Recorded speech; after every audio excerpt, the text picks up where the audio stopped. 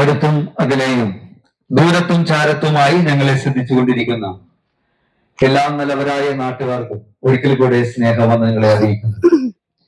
യേശുക്രിസ്തു പറഞ്ഞു, ഞാൻ എന്റെ സമാധാനം നിങ്ങൾക്ക് തന്നേച്ചു പോകുന്നു, അത് ലോകം തരുന്നത് പോലെയല്ല. ഇന്ന് ലോകത്തിൽ എവിടെ നോക്കിയാലും സമാധാനമില്ലാത്ത വല്ലാത്തൊരു അന്തരീക്ഷത്തിലൂടെ ജനം കടന്നുപോയിക്കൊണ്ടിരിക്കുന്നു. പണ്ട് കുറച്ച് വർഷങ്ങൾക്ക് മുമ്പ് ഞാനൊരു മാസിക വായിച്ചപ്പോൾ ആ മാസികയില് 25 സിനിമാ നടന്മാരെയും നടിമാരുടെയും ഫോട്ടോ കൊടുത്തിരിക്കുക.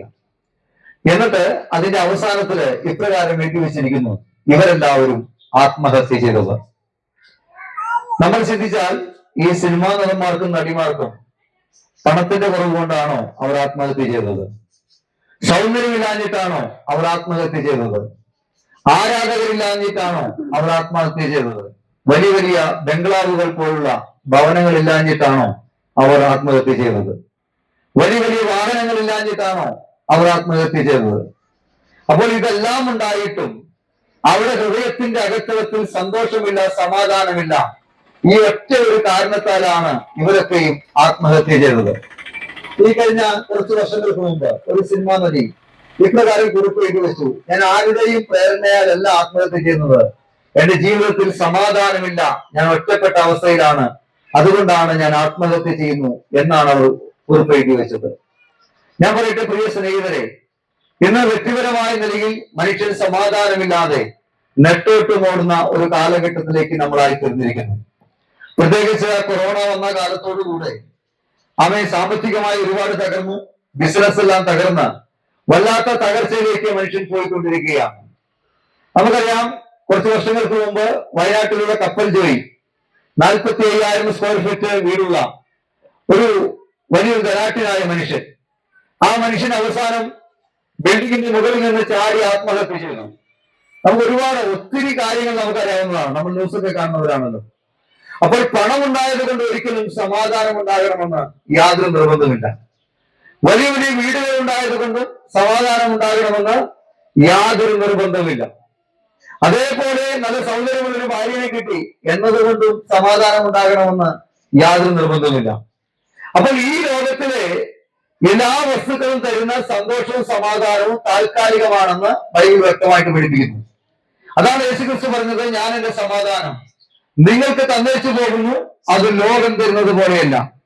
എന്താണ് ലോകം തരുന്ന സന്തോഷവും സമാധാനത്തിന്റെ പ്രത്യേകത? അതെല്ലാം താൽക്കാലികമാണെന്ന് നമുക്ക് മനസ്സിലാക്കേണ്ടതുണ്ട്. എന്ന് പറഞ്ഞാൽ, ഇപ്പോൾ ഒരു മദ്യപിക്കുന്ന വ്യക്തി, അദ്ദേഹം മദ്യം വാങ്ങിച്ചു കുടിച്ചു, അത് കഴിഞ്ഞ് രാവിലെ ആവുമ്പോൾ അതിന് ലഹരി ഇറങ്ങി കഴിയുമ്പോൾ അദ്ദേഹത്തിന്റെ സമാധാനം പോവും, കാശും പോവും, വീണ്ടും പഴയ നിലയിലേക്ക് അദ്ദേഹം മാറ്റപ്പെടുകയാണ്.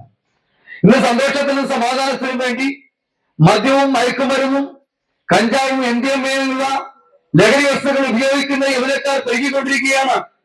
അതുകൊണ്ട് എന്ത് സംഭവിക്കുന്നു? കുടുംബത്തെ കൊല്ലും കൊലയും നടക്കുന്നു. മാതാപിതാക്കൾ കുഞ്ഞുങ്ങളെ വെട്ടിക്കൊല്ലുന്നു, കുഞ്ഞുങ്ങൾ മാതാപിതാക്കളെ വെട്ടിക്കൊല്ലുന്നു, സഹോദരന്മാർ സഹോദരന്മാരെ വെട്ടിക്കൊല്ലുന്നു. അങ്ങനെ വല്ലാത്തൊരു അന്തരീക്ഷത്തിലേക്ക് ഇന്ന് ലോകം പോയിക്കൊണ്ടിരിക്കുകയാണ്. ഇന്ന് എവിടെയാണ് സമാധാനമുള്ളത്? പണ്ട് കാലത്തൊക്കെ നമ്മുടെ മാതാപിതാക്കന്മാർ നമ്മളെ സ്കൂളിലേക്ക് അയച്ചിട്ട് സാറുമാര് തല്ലിയാൽ നമ്മൾ പറയും 2 നോട്ട് കൊടുക്കാൻ പറയും. പക്ഷെ ഇന്ന് സാറുമാര് കുഞ്ഞുങ്ങളെ പ്രയോഗിച്ചാൽ വീട്ടിൽ കയറി വെട്ടിക്കൊല്ലുന്ന കാലമാണെന്ന് കണ്ടുകൊണ്ടിരിക്കുന്നത്. നമ്മൾ ന്യൂസിലേക്ക് കണ്ടുകൊണ്ടിരിക്കുക. ഇന്ന് സുബോധമില്ലാത്ത വല്ലാത്തൊരു അവസ്ഥയിലേക്ക് യൗവനക്കാർ നീങ്ങി. അതിന്റെയൊക്കെ മുഖ്യ കാരണം എന്താണ്? ലഹരിയുടെ ഉപയോഗങ്ങളാണ്. കുടുംബത്തിന് സ്വസ്ഥതയില്ല. ഇനി കുടുംബത്തിലുള്ള പിതാക്കന്മാർ അല്ലെ അപ്പന്മാർ മദ്യപിക്കുന്നവരാണെങ്കിൽ സമാധാനമില്ലാതെ വീട് വിട്ടു പോകുന്ന അനേക യൗവന തലമുറയെ നമ്മൾ കാണുകയാണ്. മിക്കവരും ചോദിച്ചാൽ, ഞങ്ങൾക്ക് കുടുംബത്തിൽ നിന്ന് സ്നേഹം കിട്ടുന്നില്ല, കുടുംബത്തിനൊക്കെ സമാധാനം കിട്ടുന്നില്ല, സ്വസ്ഥമായിട്ട് പഠിക്കാൻ കഴിയുന്നില്ല. കാരണം പകലന്തിയോളം അധ്വാനിച്ചു വന്നിട്ട് പിതാവും മദ്യപിച്ച് കുടുംബത്തിന് വേണ്ട ചെലവ് കൊടുക്കാതെ കുടുംബത്തിൽ തല്ലും അടിയും ബഹളങ്ങളും ഒക്കെ ആയിക്കൊണ്ട് കുടുംബത്തിൽ സമാധാനമില്ലാത്ത വല്ലാത്തൊരു അന്തരീക്ഷത്തിലേക്ക് ഇന്ന് ലോകം നീങ്ങിക്കൊണ്ടിരിക്കുകയാണ്. പ്രത്യേകിച്ച് നമുക്കൊന്നും എടുത്തു പറയാനില്ലാത്തൊരു കാലഘട്ടമാണ്. ഇപ്പൊ രാജ്യങ്ങൾ തമ്മിൽ നോക്കിയേ, അല്ലെ? ഉക്രൈനും റഷ്യയും നമ്മൾ യുദ്ധം 5 വർഷങ്ങൾ കഴിഞ്ഞു. എന്തെങ്കിലും സമാധാനമുണ്ടോ ആ രാജ്യത്ത്? അല്ലെ? ഫലസ്തീനും ഇസ്രായേലും അല്ലെ തമ്മിലുള്ള യുദ്ധം. അവ എവിടെ നോക്കിയാൽ അമേരിക്കയും ഇറാനും ഇസ്രായേൽ നമ്മൾ യുദ്ധം, എവിടെ നോക്കിയാലും സമാധാനമില്ലാത്ത വല്ലാത്ത അന്തരീക്ഷത്തിലേക്ക് ലോകം പോയിക്കൊണ്ടിരിക്കുകയാണ്. ഇനി ഗ്രാമങ്ങളെ നോക്കിയേ, പല ഗ്രാമങ്ങളിലും ആ ഗ്രാമക്കാർ തമ്മിൽ അങ്ങോട്ടും ഇങ്ങോട്ടും ലഹളയാണ്. ഒരു രാജ്യത്തിന്റെ അകത്ത് തന്നെ സമാധാനമില്ലാത്ത വല്ലാത്തൊരു അന്തരീക്ഷത്തിലേക്ക് മാറിക്കൊണ്ടിരിക്കുകയാണ്. എന്തിനേറെ കുടുംബങ്ങളിൽ പോലും സമാധാനമില്ലല്ലോ, കുടുംബങ്ങളിൽ പോലും സ്വസ്ഥതയില്ലല്ലോ. ഈ അസമാധാനം കൂടിക്കൂടി വരികയാണ്. മനുഷ്യനൊരിക്കലും സമാധാനം കണ്ടെത്താൻ കഴിയത്തില്ല. മറ്റെല്ലാ കാര്യങ്ങളും നമുക്ക് വാങ്ങുവാൻ കഴിയും, പക്ഷെ സമാധാനം ഒരിക്കലും വാങ്ങുവാൻ കഴിയാത്ത ഒന്നാണ്. ബൈബിൾ പറയുന്നു, പിശാച് അറുക്കുവാനും മുടിക്കുവാനുമാണ് വരുന്നത് എന്ന് പറഞ്ഞാൽ നമ്മുടെ സമാധാനത്തെ ഇല്ലായ്മ ചെയ്യുവാനാണ് പിശാച്, അല്ലെങ്കിൽ ദൈവത്തിന്റെ എതിരെയുള്ള ശക്തിയാണ് ഈ പിശാചെന്നും സാത്താനെന്നും ആ തിന്മയുടെ ശക്തി എന്നൊക്കെ നമ്മൾ പറഞ്ഞുകൊണ്ടിരിക്കുന്നത്. അപ്പോൾ ഈ ശക്തികൾ ഇന്ന് കുടുംബങ്ങളിൽ പിടിമുറുക്കി കഴിഞ്ഞു. അല്ലെ, നമുക്കറിയാം യഥാർത്ഥമായ ഭാര്യയും ഭർത്താവും തമ്മിലുള്ള ബന്ധങ്ങളൊക്കെ വഷളായില്ലേ? അല്ലെ, ഭാര്യയ്ക്ക് ഭാര്യയെ തോന്നിയ പോലെ നടക്കുന്നു, ഭർത്താക്കന്മാർക്ക് ഭർത്താക്കന്മാർ തോന്നിയ പോലെ നടക്കുന്നു. അല്ലെ, ആർക്കും ആരെയും ഭയമില്ലാത്തൊരു വല്ലാത്ത കാലഘട്ടത്തിലേക്കായി സമൂഹം മാറിക്കഴിഞ്ഞു. അതിന്റെ പേരിലല്ലേ ഇന്ന് വലിയ അനേക കൊലപാതകങ്ങൾ നടന്നുകൊണ്ടിരിക്കുന്നത്. അല്ലെ, നമ്മൾ ദിനംതോറും ന്യൂസുകൾ നമ്മൾ കണ്ടുകൊണ്ടിരിക്കുകയാണ്. കുഞ്ഞുങ്ങളെ ഇട്ടുകൊണ്ട് ഭർത്താവിനെ ഇട്ടുകൊണ്ട് പോകുന്ന ഭാര്യമാർ, ഭാര്യയും കുഞ്ഞുങ്ങളെ ഇട്ടുകൊണ്ട് പോകുന്ന ഭർത്താക്കന്മാർ, ഇങ്ങനെ കുടുംബ ബന്ധങ്ങളിൽ അകൽച്ചകൾ സംഭവിക്കുകയാണ്. ഇതിന്റെ എല്ലാം മൂലകാരണം എന്താണെന്ന് ബൈബിൾ മാത്രമേ കൃത്യമായിട്ട് പറയുന്നുള്ളൂ.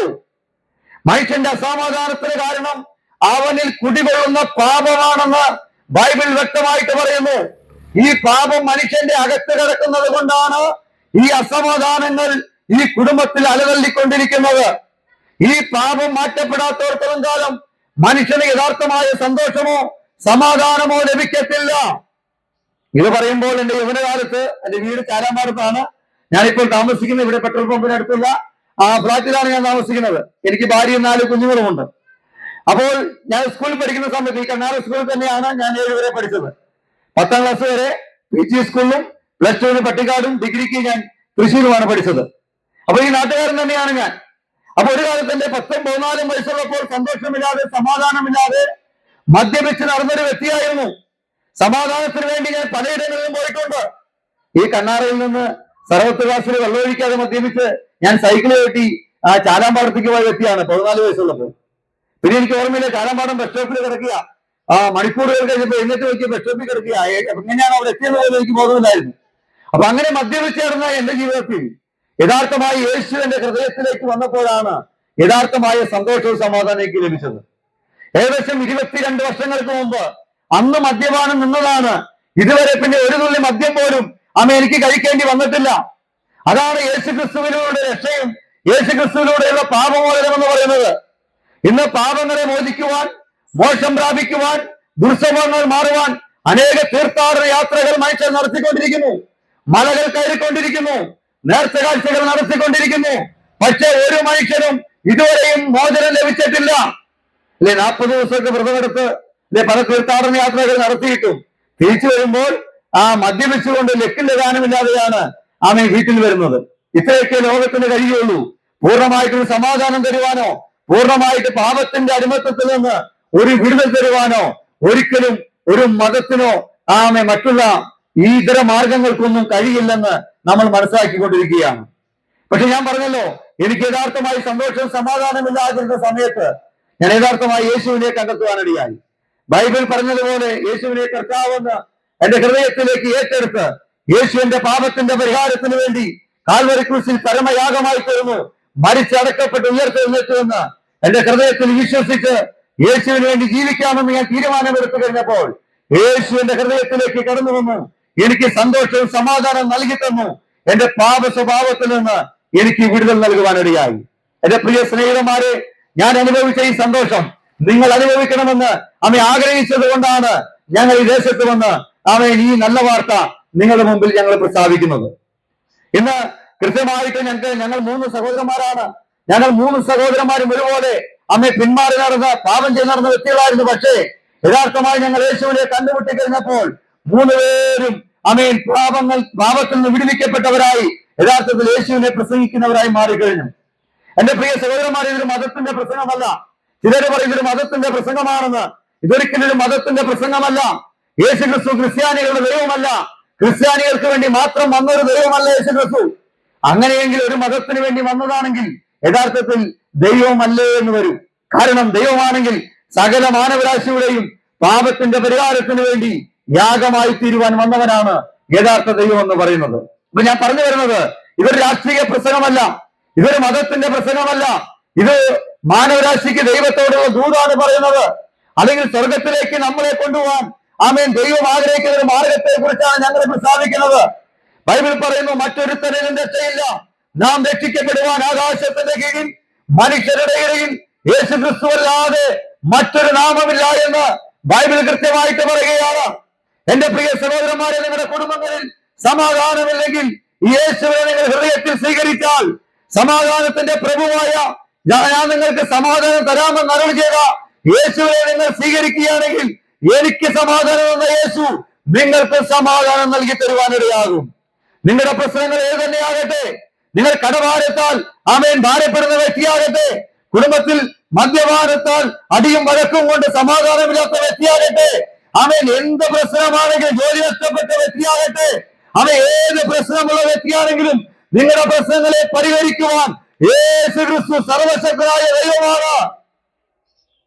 അതുകൊണ്ട് ഞാൻ പറയുകയാണ്, എനിക്ക് സമാധാനം തന്ന ദൈവം നിങ്ങൾക്ക് സമാധാനം തരുവാനിടയാകും. അപ്പൊ അതുകൊണ്ട് നിങ്ങൾ യേശുവിന് വേണ്ടി സമർപ്പിക്കണം. അമ്മ ദൈവത്തിന്റെ കൽപ്പനയാണ് വിശുദ്ധ വേദപുസ്തകം. പക്ഷെ ഇന്ന് ക്രിസ്ത്യാനികൾ എന്ന് പറയുന്നവർ പോലും യഥാർത്ഥമായ യേശുവിന്റെ കൽപ്പനയെ അനുസരിക്കുന്നില്ല. അതുകൊണ്ട് സമാധാനം നഷ്ടപ്പെട്ടു പോവുകയാണ്. പല ക്രിസ്തീയ കുടുംബങ്ങളിൽ ആത്മഹത്യ നടക്കുന്നു. പല ക്രിസ്തീയ കുടുംബങ്ങളിലും ആമേൻ വിവാഹ മോചനങ്ങൾ നടക്കുന്നു. ഇതിന്റെയൊക്കെ കാരണം എന്താണ്? യഥാർത്ഥമായ ദൈവീക കൽപ്പന പ്രമാണിക്കാത്തത് കൊണ്ടാണ്.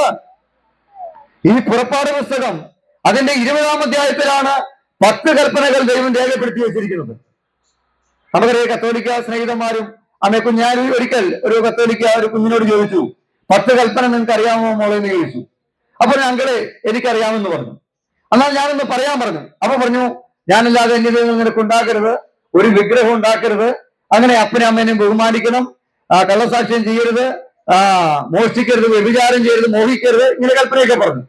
പക്ഷെ ആ കൊച്ച് പറഞ്ഞതില് എന്താണെന്നറിയാമോ, ഈ ഞാനല്ലാതെ അന്യദൈവങ്ങൾ നിനക്കുണ്ടാകരുത് എന്ന് പറഞ്ഞിട്ട് 2ാമത്തെ കൽപ്പന ഈ കൊച്ചു പറഞ്ഞില്ല.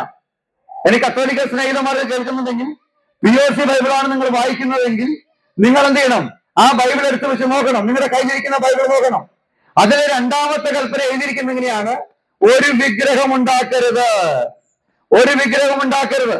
മീതെ സ്വർഗത്തിലെങ്കിലോ കീഴെ ഭൂമിയിലുള്ളോ യാതെങ്കിലും ഉള്ളതിന്റെ പ്രതിമയോ വിഗ്രഹം ഉണ്ടാക്കി അവയ്ക്ക് മുമ്പിൽ വണങ്ങുകയോ സേവിക്കുകയോ ചെയ്യരുത്. നിർഭാഗ്യവശാൽ ഞാൻ പറയട്ടെ, ഇന്ന് കത്തോലിക്ക സഭ എന്ത് ചെയ്തു? ഈ 2ാമത്തെ കൽപ്പന മാറ്റി പഠിപ്പിച്ചു.